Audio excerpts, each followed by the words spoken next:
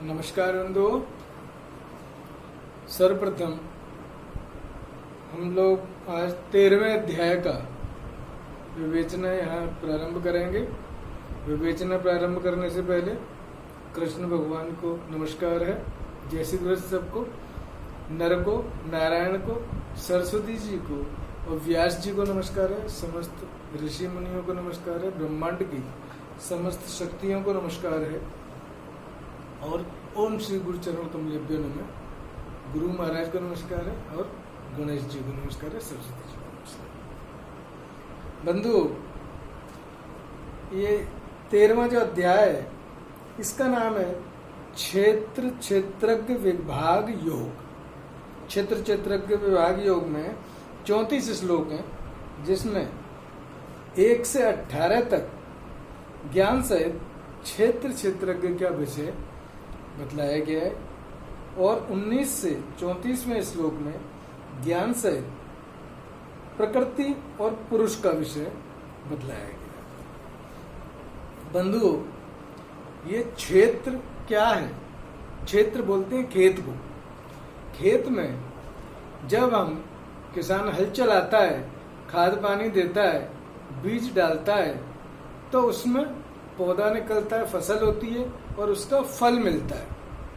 जो बीज डाला जाता है उसी की फसल तैयार होती है, उसी को हम काटते हैं। हम जो बोते हैं वही हम काटते हैं। इसी तरीके से ये शरीर भी हमारा, जो प्रकृति के जो 24 तत्व हैं, जिसमें पंचमहाभूत, चित्त जल पावक गगन समीरा, 5 ज्ञानेंद्रियां, 5 कर्मेंद्रियां और 5 तन्मात्राएं और मन बुद्धि चित्त अहंकार, ये जो है 24 तत्व हमारे महत तत्व तक जो है मूल प्रकृति तक बैठते हैं।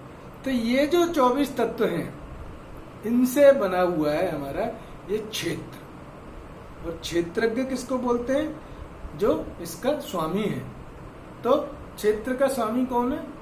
जैसे खेत का मालिक होता है, इसी तरीके से इस क्षेत्र का मालिक है जीवात्मा। और जब हमें ज्ञान हो जाता है तब जो है ये जीवात्मा का इस क्षेत्र से अलग ज्ञान, हमें जो विवेक ज्ञान प्राप्त होता है, तब हमें पता लगता है कि ये क्षेत्र जो है अनंत है, अखंड है, अविनाशी है, अचर है, अजर है, अमर है, सर्वज्ञ है, सर्वव्यापी है।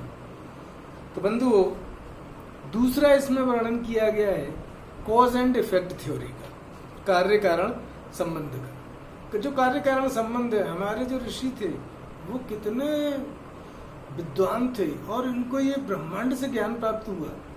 और समाधि के अंदर योग लगा के ऋषियों ने जो ज्ञान प्राप्त हुआ सीधा परमात्मा से।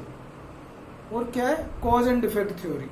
कॉज एंड इफेक्ट थ्योरी क्या है कि अगर कोई कॉज है तो उसका इफेक्ट होगा, और कहीं पे कोई इफेक्ट नजर आ रहा है तो उसका कॉज जरूर होगा, यानी उसका कारण जरूर होगा। अगर कोई प्रभाव है तो उसको उत्पन्न करने वाला कोई कारण होगा, और कोई कारण है तो उसका कोई ना कोई प्रभाव होगा।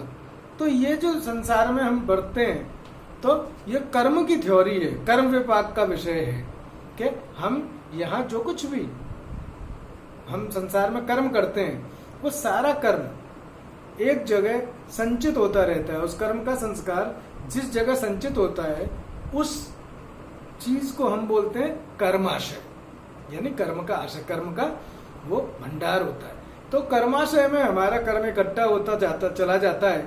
कुछ कर्मों का जो बहुत ही तीव्र फल देने वाले होते हैं, उनका इमीडिएटली हमें फल मिलता है, और कुछ कर्म जिनका फल हमें इस जन्म में नहीं मिलता है, तो अगले जन्म में जो है हम जब पैदा होते हैं तो ये जो हमारा संस्कार साथ में जाता है, तो ये संचित संस्कार जब जीवात्मा शरीर छोड़ के जाता है, तो उस जीवात्मा के साथ मन सहित 5 इंद्रियों के साथ ये संस्कार चला जाता है। और अगले शरीर में जाके फिर हमें जो हमारे संस्कार हैं उसी के हिसाब से हमारी वैसी ही जो है वो वृत्तियां होती हैं, और उन्हीं के हिसाब से हमें उन सबका भोगना पड़ता है। और इस तरीके से जीवन मृत्यु की साइकिल, जीवन हुआ, मृत्यु हुई, फिर अगले जन्म में जन्म लिया, फिर मृत्यु हुई। तो इस तरीके से जीवन मृत्यु की साइकिल चलती रहती है। और जिस तरीके से ब्रह्मांड की जीवन मृत्यु की साइकिल चलती रहती है, उसी तरीके से व्यक्तियों की, प्राणियों की भी चलती रहती है। कब तक चलती रहती है? जब तक कि हम मोक्ष को प्राप्त नहीं कर लेते हैं, परमात्मा में परमानेंटली लीन नहीं होते हैं, ब्रह्मलीन नहीं हो जाते हैं, तब तक ये खत्म नहीं होती है।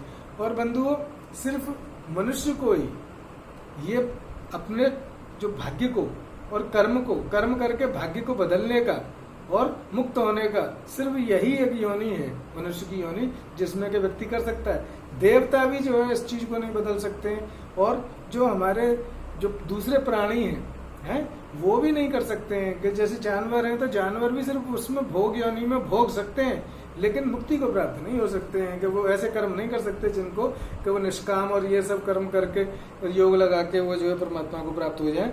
तो अब इसकी विवेचना प्रारंभ करते हैं कि श्री भगवान कृष्ण भगवान बोले अर्जुन से कि शरीर क्षेत्र इस नाम से कहा जाता है, और इसको जो जानता है उसको क्षेत्रक इस नाम से उसके तत्व को जानने वाले ज्ञानी जन कहते हैं। कि शरीर हमारा क्या क्षेत्र खेत है, और इसको जो जानता है यानी उसको क्या कहते हैं? जीवात्मा इसको जानता है। भाई आत्मा जानती है इसको, तो उसको क्षेत्र के नाम से पुकारते हैं। ये सांख्य शास्त्र के हिसाब से अब समझा रहे हैं भगवान कि हे अर्जुन, तू सब क्षेत्रों में क्षेत्रज्ञ अर्थात जीवात्मा भी मुझे ही जान, और क्षेत्रज्ञ को अर्थात विकार सहित प्रकृति का और पुरुष का जो तत्व से जानना है वो ज्ञान है, ऐसा मेरा मानना है। भगवान कहते हैं कि भाई जितने भी क्षेत्र हैं संसार में, उन सब में जो क्षेत्रों में जो जीवात्मा है, जो आत्मा है, वो मेरा ही अंश है। तू मुझे ही जान, परमात्मा ही जीवात्मा है। और विकार सहित प्रकृति और पुरुष का जो तत्व से जानना है, और जो प्रकृति है और पुरुष है इसका जो ज्ञान है, प्रकृति के अंदर विकार होते हैं, तो जो हमारे तमाम विकार हैं और प्रकृति के जो विकार हैं, वो सारे के सारे विकार सहित जो प्रकृति है और जो पुरुष है, जो ब्रह्म तत्व है, आत्मा है, जीवात्मा है, उसको जानना तत्व से वो ज्ञान है, ऐसा मेरा मत है। वह क्षेत्र जो और जैसा है तथा जिन विकारों वाला है और जिस कारण से जो हुआ है, वह क्षेत्रज्ञ भी जो और जिस प्रभाव वाला है, वो संक्षेप में मुझसे सुन। अब भगवान जो है इसका क्षेत्रज्ञ का संक्षेप से वर्णन करते हैं। ये जो है क्या करते हैं, ये क्षेत्र और क्षेत्रज्ञ का तत्व ऋषियों द्वारा बहुत प्रकार से कहा गया है, और विविध वेद मंत्रों द्वारा भी विभाग पूर्वक कहा गया है, तथा भली बात निश्चय किए हुए युक्त ब्रह्म सूत्र के पदों द्वारा भी कहा गया। भगवान कह रहे हैं कि ये क्षेत्रज्ञ का जो विचार है, ये हमारी 6 फिलॉसफीज हैं, जो कि न्याय है, वैशेषिक है, योग है, सांख्य है, पूर्व मीमांसा है, उत्तर मीमांसा या जिसको वेदांत भी कहते हैं वो है, और उनके तमाम ग्रंथ हैं। उनमें तरीके से इन विषयों का, क्षेत्र के विषयों को तमाम तरीके से समझाया गया है। तो भगवान यहाँ सबका निचोड़ निकाल के समन्वयवादी दृष्टिकोण अपनाते हैं और बोल रहे हैं भगवान के क्या बोल रहे हैं कि क्षेत्र क्या है। भगवान बोलते हैं कि जो 24 तत्व हैं, जो अभी वर्णित किए गए थे कि स्थूल भूत से लेकर महत तत्व तक हमारे 24 तत्व होते हैं, और समस्त विकार जितना भी हमारे द्वंद्वात्मक भाव है, दुख सुख मान अपमान है, इच्छा अनिच्छा है, तो जितने भी भाव हैं हमारे, जितने भी द्वंद्वात्मक हमारे भाव हैं, वो सब भी जो है, और काम क्रोध मद लोभ मोह मत्सर, ये हमारे 6 विकार और होते हैं मन के। क्या? काम क्रोध मद लोभ मोह मत्सर। मत्सर बोलते हैं कि भाई ईर्ष्या को है। तो ये जो है समस्त विकार हैं, इनको हम क्या कहते हैं? क्षेत्र बोलते हैं। 5 महाभूत अहंकार बुद्धि और मूल प्रकृति तथा 10 इंद्रियां, 1 मन और 5 इंद्रियों के विषय अर्थात शब्द स्पर्श रूप रस और गंध तथा इच्छा द्वेष सुख दुख स्थूल देह का पिंड चेतना और धृति, इस प्रकार विकारों के सहित यह क्षेत्र संक्षेप से कहा गया है। तो भगवान ने बतला दिया कि ये क्षेत्र है और ये इसके विकारों सहित क्षेत्र है, जिसमें कि हमारी इच्छा द्वेष सुख दुख और जो स्थूल देह का पिंड, ये शरीर और इसकी चेतना और धृति। फिर कहते हैं श्रेष्ठता के अभिमान का अभाव तथा दंभाचरण का अभाव, किसी भी प्राणी को किसी प्रकार भी न सताना, क्षमा भाव, मन वाणी आदि की सरलता, श्रद्धा भक्ति सहित गुरु की सेवा, बाहर भीतर की शुद्धि और अंतःकरण की स्थिरता और मन इंद्रियों सहित शरीर का निग्रह। अब भगवान कहते हैं कि भाई श्रेष्ठता का अभिमान नहीं करना चाहिए कि मैं सर्वश्रेष्ठ हूँ, ऐसे ही दंभ भी नहीं करना चाहिए, बहुत घमंड नहीं करना चाहिए, किसी प्राणी को कभी सताना चाहिए, क्योंकि सभी प्राणी मात्र परमात्मा का ही अंश है। और मन वाणी से सरल रहना चाहिए, कुटिलता की वाणी नहीं होनी चाहिए, और श्रद्धा और भक्ति से अपने गुरुजनों टीचर्स की सेवा करनी चाहिए। बाहर भीतर की शुद्धि यानी मन वचन कर्म से बिल्कुल शुद्ध रहना चाहिए, और अंतःकरण हमारा स्थिर रहना चाहिए, और मन इंद्रियों से शरीर का निग्रह यानी शरीर का निग्रह करके, मनोनिग्रह करके शरीर को अपने कंट्रोल में रखना चाहिए, ना जितेंद्रियता रखनी चाहिए। इस लोक और परलोक के संपूर्ण भोगों में आसक्ति का अभाव और अहंकार का भी अभाव, जन्म मृत्यु जरा रोग आदि में दुख और दोषों का बार बार विचार करना। और क्या कि भगवान कहते हैं कि जो जितने भी भोग हैं इस लोक के और जो परलोक के भोग हैं, उनमें जो है हमें आसक्ति नहीं रखनी चाहिए, उनमें जो है वो नहीं रत रहना चाहिए, और अहंकार का भी उसमें अभाव होना चाहिए, और जन्म मृत्यु और बीमारियों और दुख दोषों का बार बार विचार नहीं करना चाहिए। जो हो गया सो हो गया, लेकिन उसी में न पड़ा रहेगा बस वही कि मेरे को ये हो गया था, उससे ये नुकसान हो गया, उन्हीं सब चीजों में पड़े रहने से कोई फायदा नहीं है। फिर भगवान कहते हैं कि पुत्र स्त्री घर और धन आदि में आसक्ति का अभाव, ममता का न होना, और प्रिय और अप्रिय की प्राप्ति में सदाई चित्त का सम रहना है। तो भगवान कहते हैं कि जो कुछ भी मिल रहा है, जो सुख दुख मान अपमान द्वंद्वात्मक जितनी भी हमें जो चीजें मिल रही हैं, जो हमारे सामने कोई भाव आ रहा है या कोई घटना हो रही है, और धन आदि स्त्री पुत्रों में ममता का नहीं होना है, ये सब जो है मुझ परमेश्वर में अनन्य योग के द्वारा अव्यभिचारिणी भक्ति तथा एकांत और शुद्ध देश में रहने का स्वभाव और विषयासक्त मनुष्यों के समुदाय में प्रेम का न होना। अब भगवान कह रहे हैं कि अव्यभिचारिणी भक्ति क्या है। अव्यभिचारिणी भक्ति होती है कि भाई किसी का किसी से प्रेम है, तो भक्ति में क्या है कि हमारा प्रेम ईश्वर से है, कृष्ण से प्रेम है, तो कृष्ण के अलावा हम किसी का चिंतन नहीं करते, मन वचन कर्म से समस्त कर्म उसको अर्पित कर रहे हैं, उसी का यश गा रहे हैं, उसी की कीर्ति कर रहे हैं, उसी के मंत्र का जाप कर रहे हैं। तो ईश्वर का जो है अगर चिंतन करते रहते हैं, और एक जो है उस ईश्वर के ही जो है लिए हम अपना पूरा जीवन लगा देते हैं, तो इसको बोलते हैं अव्यभिचारिणी भक्ति है, एकनिष्ठ भक्ति। ऐसे ही भगवान कहते हैं आध्यात्म ज्ञान में नित्य स्थिति और तत्व ज्ञान के अर्थरूप परमात्मा को ही देखना, ये सब ज्ञान है। अब भगवान कह रहे हैं कि जो पहले से हम जो बताते चले आ रहे हैं जो चीजें, वो सब चीजें क्या है, वही ज्ञान है। क्या अध्यात्म ज्ञान में, अध्यात्म बोलते हैं अपने आप को जानना, जीवात्मा का जो जानना है, और मैं आत्मा में नित्य स्थित रहना, मन का हर वक्त आत्मा में स्थित हो जाना, और तत्व ज्ञान के अर्थरूप परमात्मा को ही देखना, और ब्रह्म दृष्टि हो जाना, और ब्रह्म को ही हर जगह देखना है।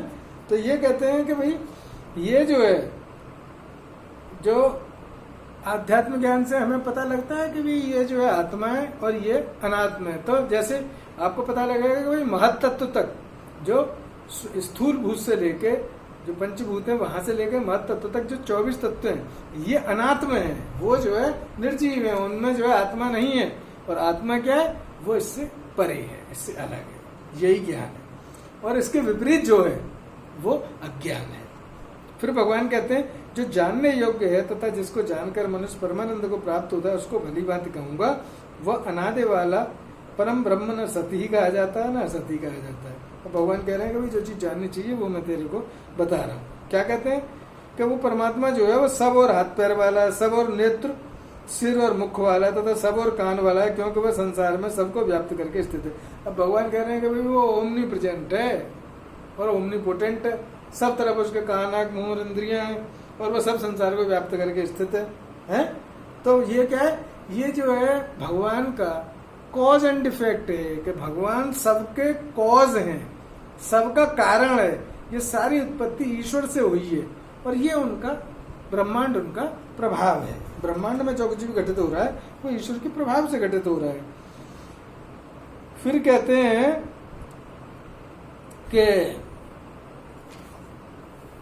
वो संपूर्ण इंद्रियों के विषयों को जानने वाला है, परंतु वास्तव में सब इंद्रियों से रहित है, तथा आसक्ति रहित होने पर भी सबका धारण पोषण करने वाला और निर्गुण होने पर भी गुणों को भोगने वाला है। अभी सांख्य के हिसाब कह रहे हैं कि भाई जो परम ब्रह्म तत्व है वो तो निर्गुण है, लेकिन निर्गुण होते हुए भी वो जो है सब इंद्रियों के जो विषय हैं उनका भोक्ता वही है, और सबको धारण करने वाला है।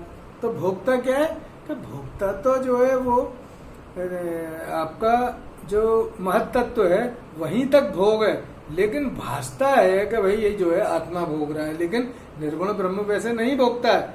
लेकिन वो जो शक्तियां दी हुई हैं भोगने की, वो परमात्मा के दी हुई हैं। इसलिए भगवान कह रहे हैं कि वास्तव में सब इंद्रियों से रहता तथा आसक्त रहित होने पर भी सबका धारण पोषण करने वाला और निर्गुण होने पर भी गुणों को भोगने वाला है। इसलिए भगवान ने ये चीज कही है। जैसे भगवान कहते हैं कि परमात्मा बहुत ही सूक्ष्म है और मनुष्य के, साधारण मनुष्य के जानने में नहीं आता है। जैसे हमारे जो है आसमान में पानी की भाप तैर रही है, तो वो वाष्प हमें दिखाई नहीं देती है, लेकिन जब कंडेंसेशन होता है तो ओस के रूप में दिखाई देती है कि ओस पड़ गई, तो वो कहाँ से आया पानी। तो इसी तरीके से भगवान उससे भी बहुत सूक्ष्म है, अव्यक्त से भी परे है। वो चराचर सब भूतों के बाहर भीतर परिपूर्ण है और चर अचर भी वही है, और वह सूक्ष्म होने से अविज्ञेय है तथा अति समीप में और दूर में भी वही स्थित है।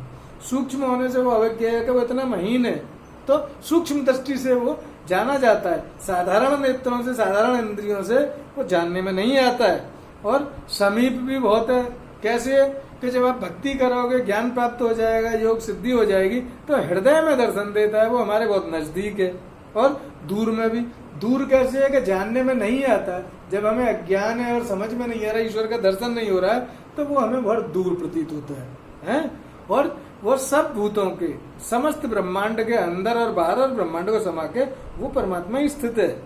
वो परमात्मा विभाग रहित एक रूप से आकाश के सदृश परिपूर्ण होने पर भी चराचर संपूर्ण भूतों में विभक्त स्थित प्रतीत होता है, तथा वह जानने योग्य परमात्मा विष्णु रूप से भूतों को धारण पोषण करने वाला और रुद्र रूप से संहार करने वाला तथा ब्रह्मा रूप से सबको उत्पन्न करने वाला है।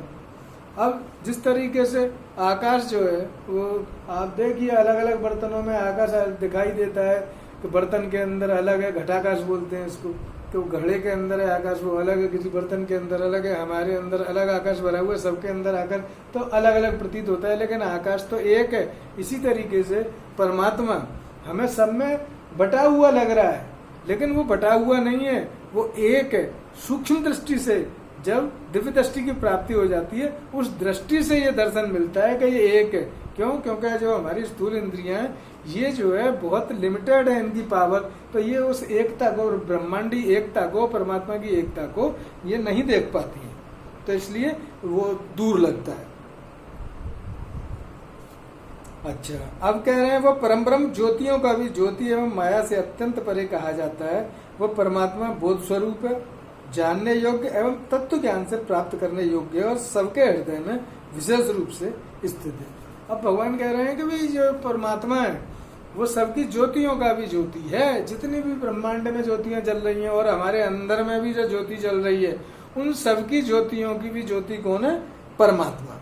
वो बोध स्वरूप है। परमात्मा जो है वो सूक्ष्म दृष्टि से जानने में आता है और तत्व ज्ञान से प्राप्त करने में योग है। जब साधना हमारी सिद्ध हो जाएगी, जब हमारा कैवल्य प्राप्त हो जाएगा, तब जो है आत्मा सूर्य की तरह, आत्मा का जो ज्योति है वो आत्मा का प्रकाश है, ब्रह्म प्रकाश है, वो हमें ऐसे ही दिखाई देगा जैसे खुले नेत्रों से हमें सूर्य प्रकाशित है, उसी तरीके से आत्मा प्रकाशित होगा। इस प्रकार क्षेत्र तथा ज्ञान और जानने योग्य परमात्मा का स्वरूप संक्षेप से कहा गया। मेरा भक्त इसको तत्व से जानकर मेरे स्वरूप को प्राप्त होता है। भगवान कह रहे हैं कि ये सांख्य शास्त्र के हिसाब से भगवान समझा रहे हैं। ये बड़ी बहुत ही जो है, इतना शास्त्रों में इस तरीके से वर्णन किया गया है कि जो है आदमी चकरा जाए इसको। क्यों? क्योंकि कहीं उन्होंने सांख्य के हिसाब से समझाया, कहीं भक्ति के हिसाब से समझाया, कहीं योग फिलोसफी के हिसाब से समझाया, कहीं न्यायिक फिलोसफी के, कहीं वैशेषिक फिलोसफी के हिसाब से समझाया, कहीं पूर्व मीमांसा से, कहीं वेदांत की थ्योरी से। तो भगवान कह रहे हैं कि भाई ये जो क्षेत्र और क्षेत्र का ज्ञान और परमात्मा का स्वरूप मैंने जो है तेरे को संक्षेप से, यानी मैंने शॉर्ट में बता दिया है कि क्षेत्र क्या है और परमात्मा क्या है, क्षेत्रज्ञ क्या है। इसको जो है तू तत्व से जान के क्या हो जाएगा कि मेरे स्वरूप को प्राप्त हो जाएगा। तत्व से जानने का मतलब क्या है? जब डायरेक्ट परसेप्शन, जब तेरे को ब्रह्म साक्षात्कार हो जाएगा और तू मन से परमानेंटली मेरे में तेरा मन स्थिर हो जाएगा, तब क्या हो जाएगा कि तू जो है मेरे स्वरूप को प्राप्त हो जाएगा। प्रकृति और पुरुष इन दोनों को ही तू अनादि जान और राग द्वेषादित विकारों को तथा त्रिगुणात्मक संपूर्ण पदार्थों को भी प्रकृति से ही उत्पन्न जान। प्रकृति क्या है कि प्रकृति जो जहां तक 24 तत्व है वहां तक प्रकृति है? पंचभूत, पंच ज्ञानेन्द्रिय, पंच कर्मेंद्रिय, पंच तन्मात्राएं, मन बुद्धि अहंकार और महत्व। ठीक है, यहां तक क्या है? ये हमारी प्रकृति है। पुरुष क्या है? ये आत्म तत्व है। तो भगवान कह रहे हैं कि इन दोनों को ही तू अनादि जान, कब से चले आ रहे हैं कोई पता नहीं है। तथा जितने द्वेष और विकार हैं, राग द्वेष हैं, द्वंद्वात्मक जो चीजें हैं, और जितने भी त्रिगुणात्मक जो पदार्थ हैं, वो सारे गुण वो प्रकृति के अंदर ही है, उसी से उत्पन्न जान। वो जो है ब्रह्म तत्व में वो गुण नहीं है, ब्रह्म तो निर्गुण परम ब्रह्म है। कार्य और करण को उत्पन्न करने में हेतु प्रकृति कही जाती है, और जीवात्मा सुख दुखों के भोक्तापन में अर्थात भोगने में हेतु कहा जाता है। अब भगवान कह रहे हैं ये कॉज एंड इफेक्ट थ्योरी है कि कॉज एंड इफेक्ट थ्योरी में जो उत्पन्न करने में हेतु प्रकृति कही जाती है कि भाई कार्य और करण को उत्पन्न, कार्य और करण प्रकृति से उत्पन्न हो रहे हैं, और जो जीवात्मा है वो जब आसक्त हो जाता है, जब मन हमारा आसक्त हो गया तो क्या है, जो जीवात्मा जब बद्ध हो जाता है, जब बंधक होता है, जीवात्मा आसक्त हो जाता है, तो क्या है कि जीवात्मा का जब संयोग हो गया, प्रकृति और पुरुष का संयोग हो गया, तो आसक्त हो जाता है जीवात्मा। तो जो फिर क्या है कि जीवात्मा जो हमारे चित्त की वृत्ति है उनके अनुरूप अपना रूप समझने लगता है, जबकि जीवात्मा निर्गुण है, आत्मा निर्गुण है, निराकार है, वो कुछ करता नहीं है।